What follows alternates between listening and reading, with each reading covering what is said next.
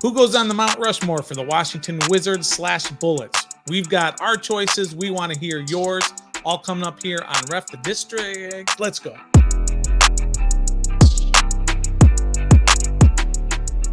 Greetings and salutations, and welcome to Ref the District's summer schedule. It's Mount Rushmore for each of the DC franchises. Today, we've got the Washington Wizards, Washington Bullets, Baltimore Bullets, Chicago, others. Like let's see here, the Capitol Bullets, the Chicago Zephyrs, Packers. They've got quite a different franchise history here. And that's what makes all of this very interesting. Stoner and I here are going to try to lock in 3 names, and then you need to help us get to that 4th name. You're going to do that by joining the conversation on our live Wednesday show. We stream live every Wednesday at 7:30 Eastern, primarily talking Commanders, but during this lull in NFL action, we want to bring out all of the DC sports, and we're doing this Mount Rushmore discussion. We just did the Commanders.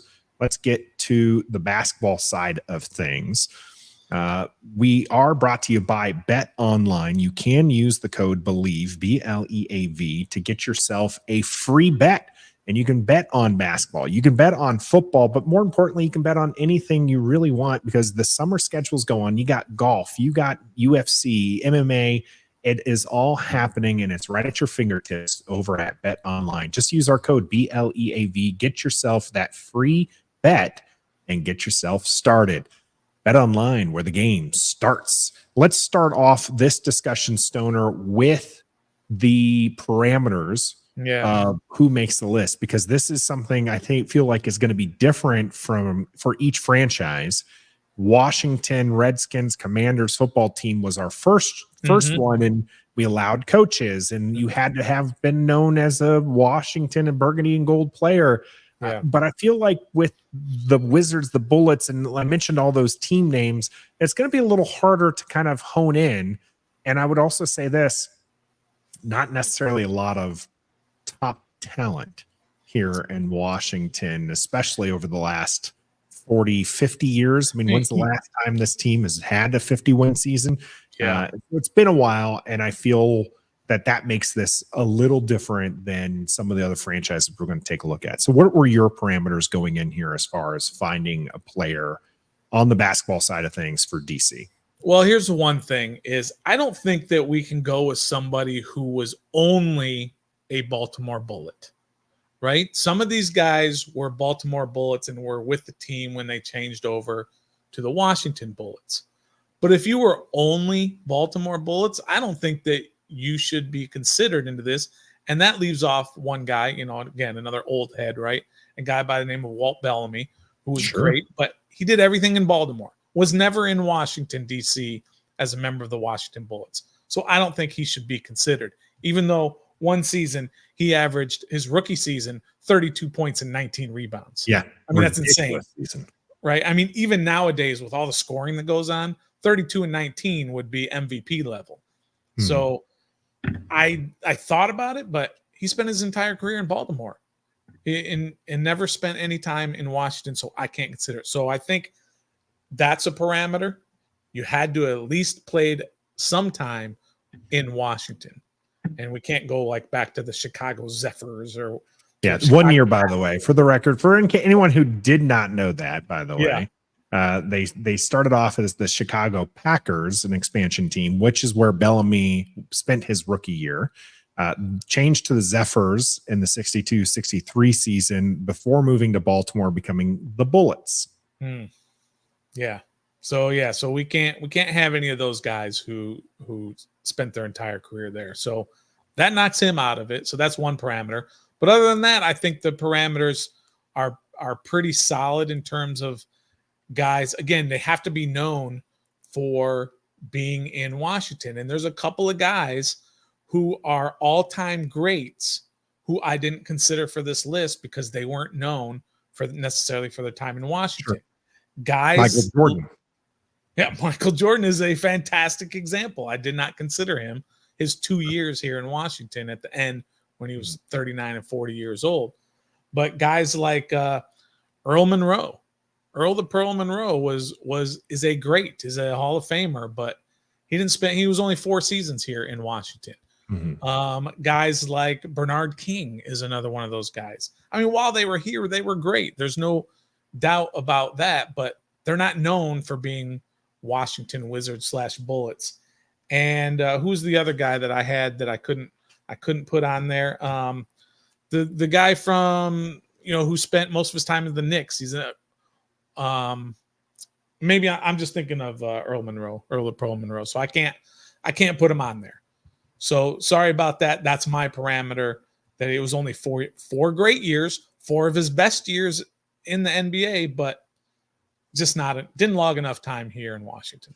Yeah, or at least I think this is part of that important thing that we talked about with the football side, is they got to be known for their time in DC, right? Yeah. And I don't think Earl Monroe is known necessarily for his time in DC. You mentioned his time elsewhere. I disagree with not including Bellamy, first off, who makes my list. But not including the Baltimore side of things. I know we're DC proud. I know the DMV does not extend out to Baltimore, but that was part of their franchise history, and I feel like I don't want to ignore it.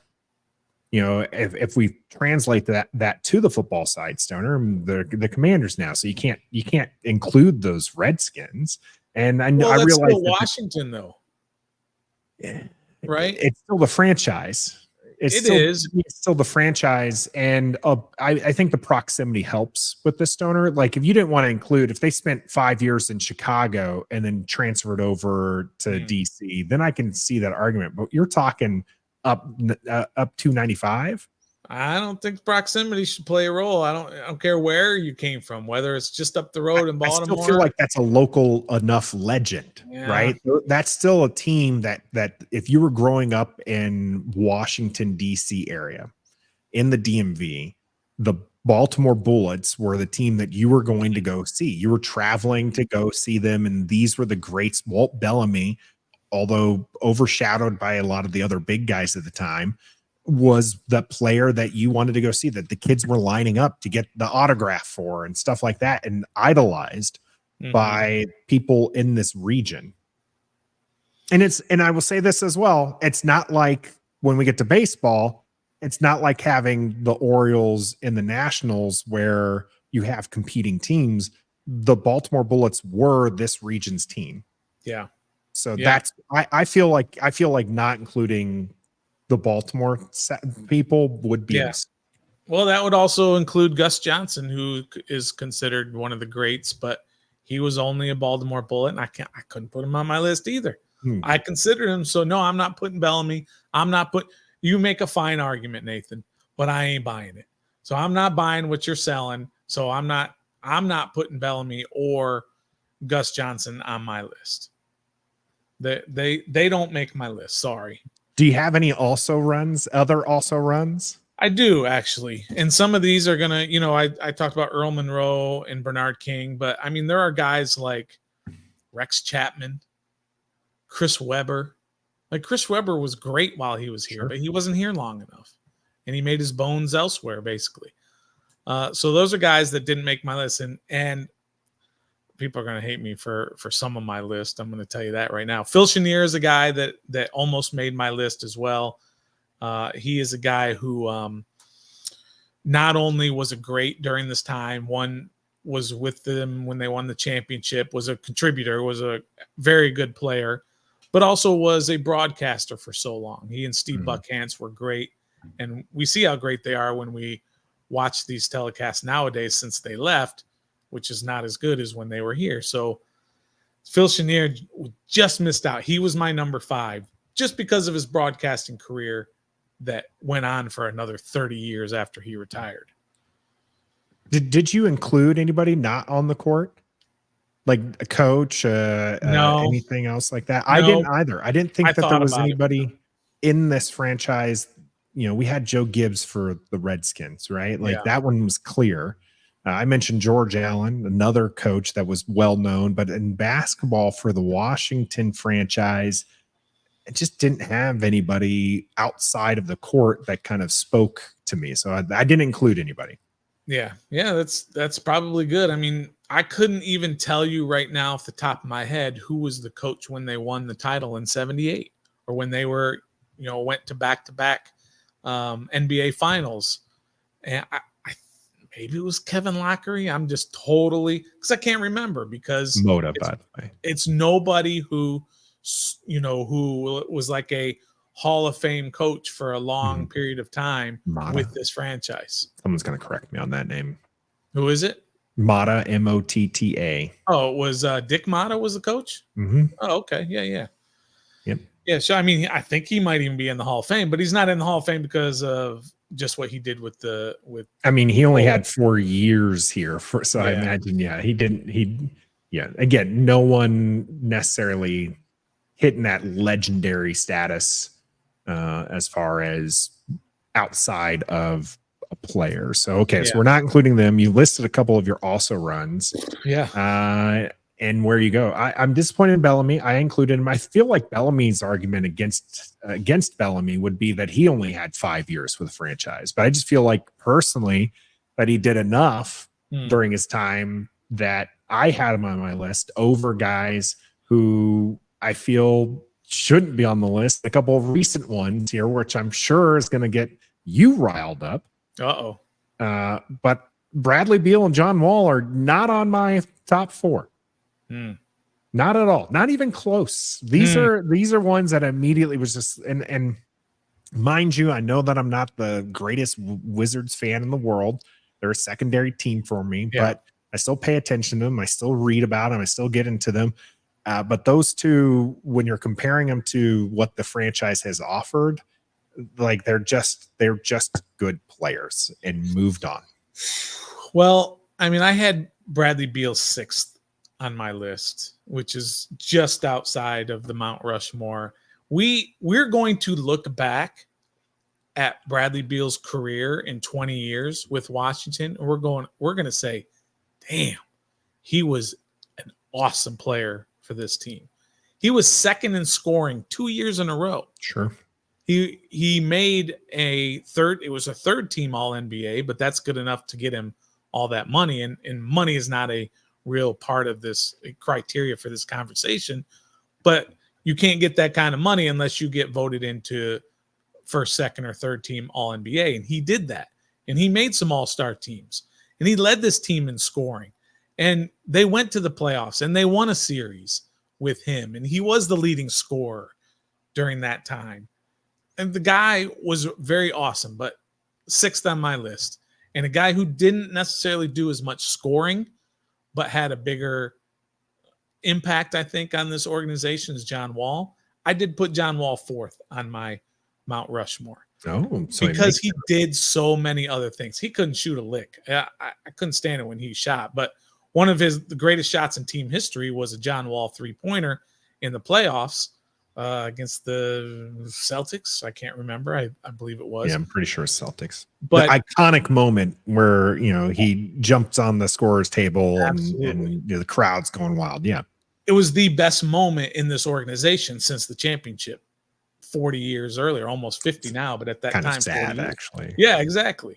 So that's why I think he kind of goes there. And I mean, obviously injuries derailed him towards the end of his career, but the things he did on the court, he won a slam dunk contest. Of course, that's not necessarily a Wizards thing, but it just shows his athleticism.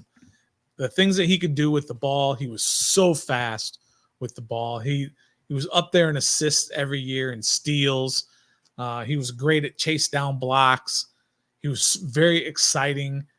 He sold tickets for sure. Bradley Beal didn't sell tickets. John Wall sold tickets. Well, Bradley Beal also didn't really win games. I know you mentioned a couple, Beal good runs, but he was putting up a lot of points, but the team wasn't anything special. But John Wall didn't win anything until Bradley Beal got there to help him out. Sure. But then once John Wall was gone, Bradley Beal couldn't carry the organization himself. Same thing with John Wall. He couldn't carry the organization until Brad Beal got here. So they needed each other. It just didn't work out. But I put John Wall 4th. I think he deserves that consideration. a lot of it because of what he did for this franchise. And he brought eyes to this organization. John Wall on the Wizards was a big deal all around the league. Yeah, Bellamy was my fourth for the Okay. record.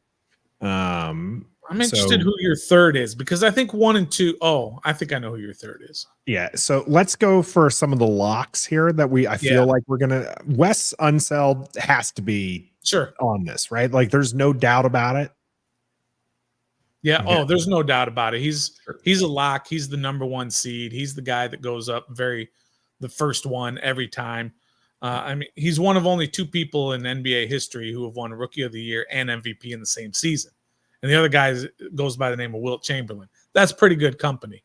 He averaged like 18 rebounds a game as a rookie. 18. The guy was 6'7". That's how tall he was. Now he was a big dude, and he would put the hurting on you with picks. He had the great overhead outlet pass. They won a championship, the only championship in the team's history. He was the Finals MVP. He spent 14 years as a player, like 8 as an exec, and like another 4 or 5, I don't know, as coach. Yeah. Wes Unseld is the face of the Washington Wizards / Bullets. And he did play in Baltimore, right? But he was there for the he transcended a lot of that. I think pretty much the only knock for him, he's like you said, he's the 1 seed. But he gave us Wes Unseld Jr., and that didn't pan out here in Washington. Yeah, but it did not.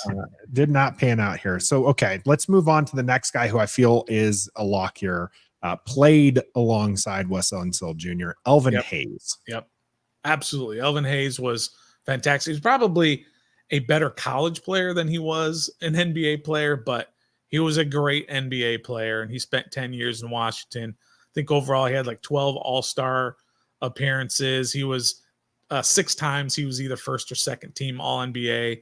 He was all defensive because he blocked shots and everything. Elvin Hayes was fantastic while he was with the Wizards. Again, won a championship alongside Wes Unseld. I don't think there's any doubt that he made his bones here, right? He didn't start here, I don't believe. He started in with the San Diego Rockets at the time. But then he got here. He went to San Diego Rockets, Houston. Then he came here in his 5th season, and he made the bulk of his bones, as you put it, here in Washington, doing a lot of winning. But I mean, 12-time All-Star, Hall of Fame player, 6-time All-NBA, NBA 75th anniversary team. I mean, this the Big E, the Bionic Man, the Big Enigma. I mean, they had this guy is an NBA legend and mostly known for his time in a Bullets uniform. Yep, absolutely. So easy lock there. So now we're to the third guy, who is controversial to say the least, for many a reason. But I had to put him on because when I think of Washington Wizards, I think about this guy right here, and that's Gilbert Arenas. Just when you're talking about selling tickets, Arenas sold out arenas. He was just an electric, fun talent. He was, just so charismatic, and you wanted to like him. And there were some issues. But Agent Zero, Hibachi, he was just so much fun. I mean, how many kids would yell out that kind of stuff? I know most people yelling at Kobe and everything, but people in the DMV would live and die by Gilbert Arenas and thought that he was a player of that caliber. Yeah, I get it. I loved Gilbert while he was here, but his reign wasn't long enough. I didn't think that he sustained it over a long enough time. He was here long enough to be able to do that, but he didn't do it long enough. Injuries played a part, of course. Attitude played a part. Bringing guns into a locker room played a part. Taking a dump in a teammate's shoe played a part. Things like that kind of led to his downfall. He could score from anywhere. He was one of the first guys who really started shooting logo threes because he was that talented. But maybe if he had a coach that sort of let him be him out on that court, maybe he could have done some things. But he was so sort of stung by criticism that I remember there was a game that he was criticized for not for shooting too much or whatever, and he refused to shoot for an entire half of a game. Absolutely refused to shoot. Now he racked up like 12 assists in the first half, but he had wide open shots and he just would not shoot because he was trying to send a message. Yeah, trying to prove a point. Which that's I loved. So I loved that, by the way. Yeah. I thought that was awesome. I'm very similar. When it comes to that stuff, I will be maliciously compliant. I will. I love that kind of stuff. The talent was there 100%. He just didn't know how to harness it completely to become the type of player that I think he could have been. And maybe that's why I'm kind of upset with him, that he had more talent, I think, than anybody on all of these lists. He had more talent than all of them. And he just couldn't, for whatever reason, he just couldn't sort of figure it out in terms of being a great player and representing an organization the way a lot of these other guys did, the Wes Unselds and even John Wall and Bradley Beal and Elvin Hayes, guys like that. So I couldn't put him anywhere near, just because I'm so disappointed in him. That's fair. I definitely understand this is a very controversial pick for me. But like I said, when I think of the Washington Wizards, more so than John Wall, most so than Bradley Beal, I think. And I think most, novice fans, most just kind of passing fans would think of Gilbert Arenas and his time here in Washington. And I think more importantly, than a lot of stuff, I mean, winning games is fun. And I think teams should be winning games, but he just made basketball fun. And I love that. I want fun basketball more so. I mean, one of my favorite players is called Mr. Fundamental, and it's kind of boring, but just fun basketball is what I would tune in to watch. And he brought that. Well, using that criteria, shouldn't John Wall get a little bit higher place on your list? Because he was a fun basketball player. He wasn't a knucklehead either. He wasn't a clown out there. I think, like you mentioned, Gilbert Arenas had just a level of talent above John Wall. Right. Okay. I think that the talent gap there was enough. I think so. He just didn't do it long enough for me in Washington. Sure. He had enough years here, but some of those years were marred by injury. And John had that same issue with injury as well, but he was here much longer. And then he just sort of charactered his way out of the organization and eventually out of the league, because he's still not, he's 42 years old right now.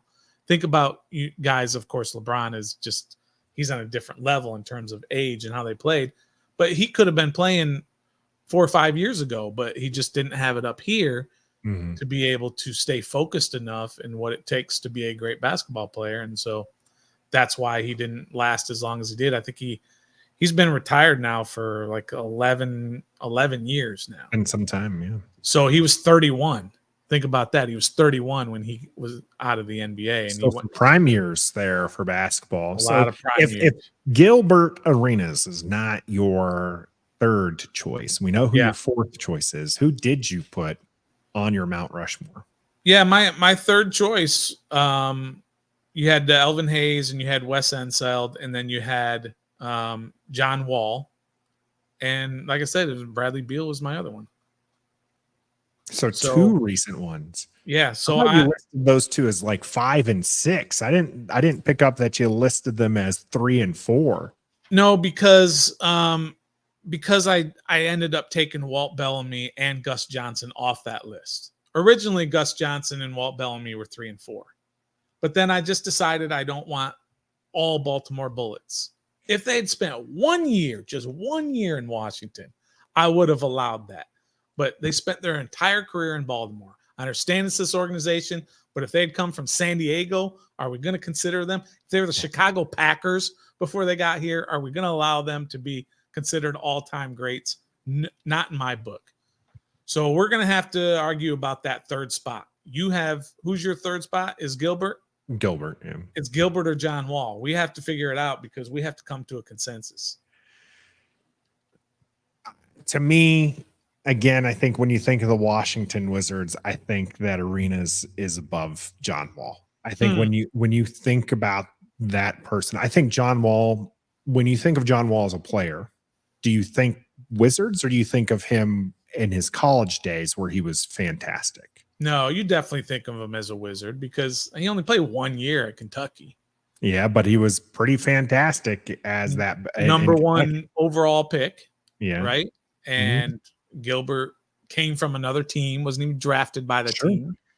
But when you, again, to me, I think more people would associate Gilbert Arenas with the Wizards than they would with John Wall, especially because John Wall, you mentioned Gilbert Arenas bouncing around the league, but John Wall bounced around the league and kind of like hung on in a lower tier. Like we're talking, this guy was at the end of the seating arrangement for teams. Okay. Yeah. For a long time. And I feel like that's part of the reason why maybe Gilbert Arenas just cutting it off at 31 after a couple of failed years outside of Washington actually helps his cause, because he didn't, pull, Russell Westbrook as an example for my Thunder, right? Where he's going to always be on that pantheon. But the longer he spends in the league and the longer he spends as a bench player, a role player, the worse you're going to look at him as far as a player is concerned. Well, Gilbert Arenas played basically 4 good years here in Washington, because year 5, he played 13 games, year 6, 2 games, year 7, 32 games, year 8, 21 games, and then he was gone. So he basically had those 4 years from 03 until 07. So those are the best years of his career with Washington. And then John Wall, I got to find my John Wall here. John Wall played 1, 2, 3, 4, 5, 6, 7, basically 7 great years here in Washington before injuries started catching up with him. And I mean, their points per game are very similar. Gilbert did have more like 20 point per game average than John did, but John had all those assists and rebounds and steals and blocks. And I just think John, being the number 1 overall pick, who brought them to the most iconic moment of the last 40 years, a couple of playoff series wins. I just got to have John Wall over Gilbert Arenas. Well, I don't know where we're at. We're at an impasse because I'm going to continue to disagree with you. If you were to, again, talk to the kids growing up, I'm telling you, they're yelling hibachi. Okay. They're talking about Agent Zero. They don't talk about John Wall that way.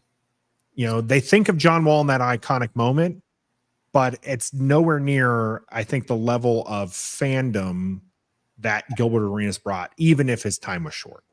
All right. I will give in just for the sake of giving in. Okay. But I'm not giving in. Does that make sense? We'll let people decide. Okay. People now essentially can help us pick between the 3rd spot and the 4th spot. Okay. Yeah. So we've got 2 locked in. We've got Elvin Hayes. We've got Wes Unseld as 2 and 1 respectively. And now we're arguing about who's 3rd. You need to help us out with that. And we'll continue this discussion live on our Wednesday show, 7:30 Eastern. Join the conversation. Help us decide who is 3rd. And then who's 4th? Who is your 4th person in the Pantheon? Because we aren't deciding that. You are. We'll have the discussion on our live show plus a poll that will go out. So please help us when it comes to selecting who is going to be on the Mount Rushmore for the Washington Bullets, Wizards, Baltimore Bullets, even though Stoner's not including them, and how it all rolls out. I'm Nathan Perry. That's Stoner. We're Ref the District here, bringing you some summer content during some of the most boring times in sports. If you have an idea for us, let us know here in the comment section. We appreciate you joining us.